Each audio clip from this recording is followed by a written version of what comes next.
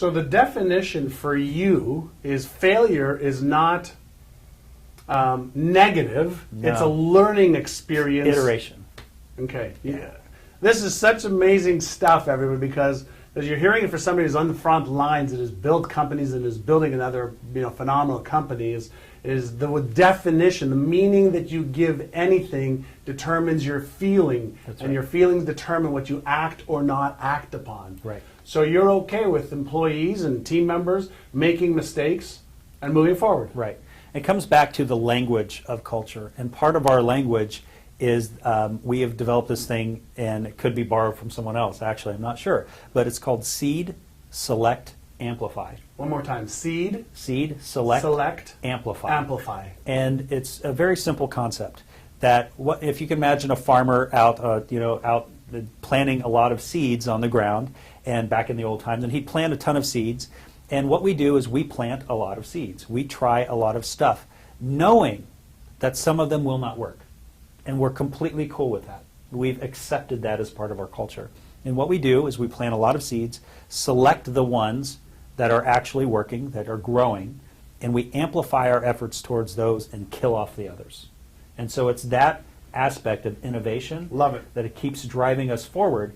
And again, some people look at that, oh my God, we failed at that. Go, no, it's not failure. It's just selecting the ones that are working, right? And it's totally just the way you decide to look at things, the way you decide to look at trying and innovation and experimentation. Right. We have a culture of curiosity. We want people to be curious. We hire people who are curious, who check the system. For instance, we had an all hands meeting, and I was trying a new format, and we had just hired a bunch of new people. And at the end of the meeting, I said, okay, so what did you guys think of the meeting? And one of our customer support reps raised their hand and said, well, you got off topic and it was way too long. And all of the new people in the audience was like, oh my God, they just told Stephen that.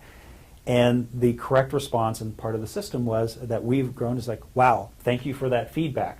That's awesome. That way we can get better, right? Was that a failure? No. In fact, it was an awesome success that someone was able to speak up, take an ownership mentality, fixes what's wrong, right? And now I can amplify my efforts towards things that are working correctly. And so it's that type of culture that we have within our company. Love it. And he does have that culture. I've been there. Yeah, So, it's cool. Awesome. So that's number 5. Does anybody have any questions? Okay, we're into this for about an hour right now, so I want to give you a chance again to ask some questions so there's just not an entire fire hose of data dumping to you. But do you have any questions? Kristen? Yeah, we have a question from Deb. From who? Deb. Hey, Deb. Hi, Deb. Okay, Yeah, I've got some of you ladies asking Steven some questions. She says, you haven't said how you are measuring culture. What measures did you use? A known assessment tool or something you designed? And finally, what statistical analysis? Sorry about that. That's a great question. So we're 7 years into our business now. And on our goal list for Q3 of this year is to develop our systems for measuring culture. So it's taken us this long to figure out, okay, what is the culture? How do we reinforce the culture? And now that it's being reinforced, not even just from the executive team, but from a really down on the ground floor, ground zero level, how do we measure whether we're doing better or not? And so we now have a VP of, and we don't call her a VP of HR, it's VP of Talent and Culture. And her big directive for Q3 is to develop that tool to do the measurement. There are a couple tools out there that we're thinking about using. We're probably going to inject our own 2 cents, which is what we normally do. But what we want to do is we want to get a frontline opinion from our employees. This is what we want to, this is the type of company we want to have 5 years from now. And this is what we envision. How close are we to that? And we really welcome that open feedback from our employees. Everything's on the table. If they think we suck, they can say, you guys are doing a terrible job. And we'll take that comment. And you guys meaning your management team? Yeah. Right, okay. Or, we say that we live constant and never-ending improvement.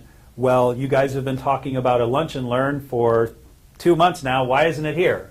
And we welcome those types of opinions.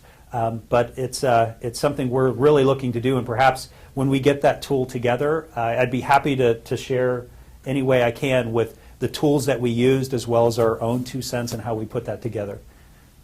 Love it. Thank you. Great question,